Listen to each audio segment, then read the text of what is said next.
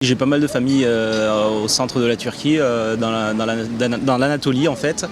Et j'ai actuellement ma mère qui est en vacances auprès de sa famille, qui est partie pour une durée de 1 mois. C'était sur les coups de 1 h du matin quand j'étais au courant des massacres qui sont passés en Turquie.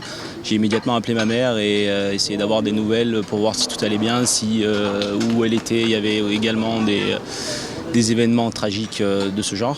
Et puis j'ai été rassuré que tout allait bien de son côté-là et qu'elle n'a pas eu de problème et aucun membre de ma famille n'a été touché par les événements. Mais quand on voit ce qui se passe à Istanbul, Ankara, dans les grandes villes, quand on voit des missiles, des tanks en 2016, c'est la tristesse et puis la peur, la terreur même je dirais. Ça a été une soirée très très dure pour nous. J'ai ma famille qui est en Turquie en ce moment, mes parents, mon petit frère qui sont en vacances en Turquie. Je les ai appelés toute la nuit, je les ai eu au téléphone.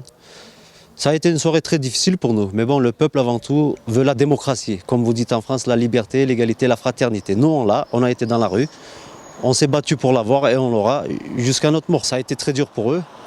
C'est pas facile, quand vous avez 60 ans, vous voyez des F-16 qui passent sur vos têtes, des chars. Ils ont eu peur toute la nuit. Il y a eu 161 morts et plus de 1000 personnes blessées par des traîtres qui ont, pour moi, trahi leur pays.